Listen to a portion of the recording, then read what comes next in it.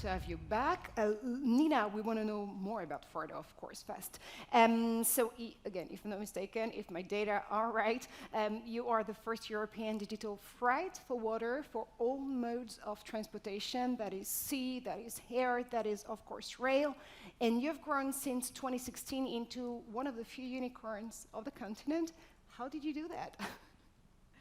Well, I think it's been a combination of a strong vision, mostly centered around digitalization and technology, combined with a strong purpose in sustainability throughout the past, that's evolved throughout the past 3 years, and a super strong team that's just, that has an amazing culture. We're 900 people by now, strong founding team, strong executive team. I think that combination of all these factors is what has made us grow so much over the years. There you go. So, of course, you're both operating on very different industries and sectors, but you still have sustainability at core and put it at core of your own business model and strategy. Laura, Red Points is now certified B Corp. Can you dive into the requirements and the end game of actually being a B Corp? Yes. Well, listen, we found that our mission was very sustainable because we didn't know it, but by fighting all the fake products and the illegal content online, we are also doing good to the world or helping the world to be more sustainable because fake products are bad for the health, are also, they're produced, many of them, in illegal factories with very bad conditions and human exploitation. So we knew all of that, and we had it integrated in the company. So at one point, we knew that it's not only what you do, which is this, but how you do it. So we decided to move forward and present this to the world by being certified as a B Corp company. It was a very long process. It was a year and a half of auditing. Wow. Yeah, they dive into every aspect of the company because our mission, of course, helped. But it's not only about that. It's about the teams. It's about governance. It's about your providers and all the processes of the company. So it took us a year and a half of answering all the questions, being audited, and finally getting the B Corp certification. And the reason why we got it was because of our mission and our vision and our purpose, making the world a better place by fighting illegal activities, which is what we do. And also about the diversity that we have, how we treat the teams, and how we build the teams, and of course the providers. And of course, sustainability is all about the environment, but also inclusion.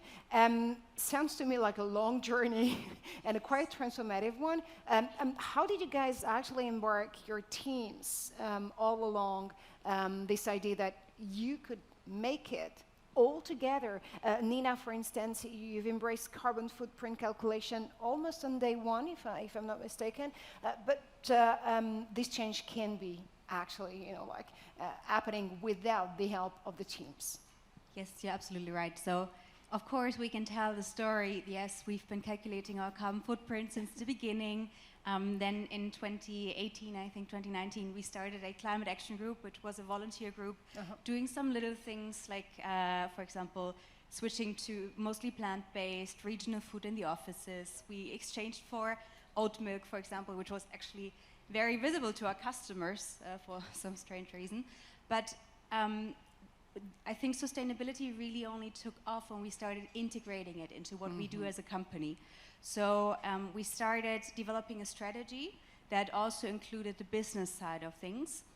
We developed products that we were able to sell to our customers. And I think what we've mainly been doing since then is working with all of our teams, whether it's the sales teams, whether it's the people and culture teams, whether it's operations, so that they can find their way towards sustainability and help bring that purpose to life. Because I think that cultural integration is what really makes a difference in living sustainability authentically and not just selling a product. Absolutely. Well, that also resounds with what you've been doing and achieving, Laura, at Red Points. Sustainability definitely sounds like a genuine conviction for your company, but when did you realize it could be part of the strategy? Yes. So one of the things Nina said is very interesting. No, is having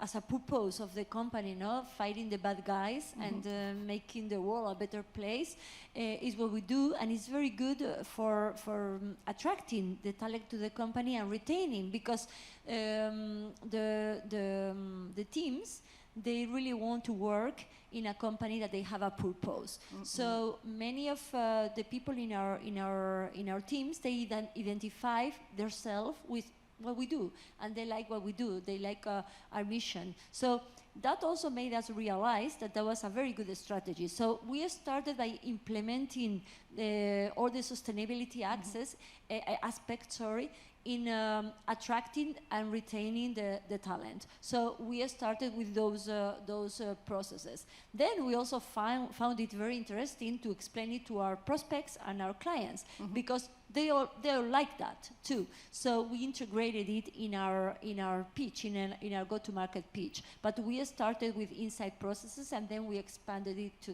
the clients. And you said something very interesting, Nina, which is genuinity, authenticity. Absolutely. It has to be authentic. Otherwise, it sounds like another one pitching sustainability. And that's definitely the question I wanted to ask you as a conclusion here. We definitely dove into carbon footprint calculation, and of course change can be efficient if not measurable, but it's also a really good way to avoid some impact washing in a way. Absolutely. I think with sustainability, like especially in these days, it's becoming a trend. Everybody wants to be a part of it, so greenwashing is definitely a big risk. But I think if you, and referring back to, it doesn't matter what we do, what matters most is how we do it. So we need to look at like what are the things that we can do, and then really take this genuine approach of what's like finding out what's the best way possible. And it can be a lot of different ways. We can enter through data. I think generally creating transparency, gathering data on where do we stand with sustainability is a good way to start, but also it can be a good way to start with creating products that you can start like to send out to your customers. It can also be with the pure integration into your own culture, cleaning your own house first. That's also what we did, and I think that's then generating the authenticity.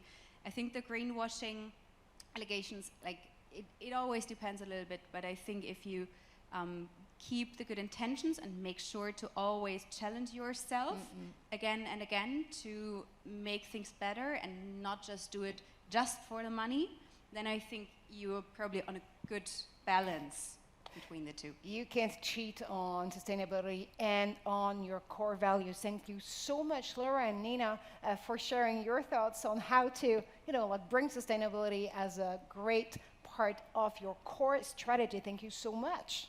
Thank you. Thank you. Thank you so much for having us.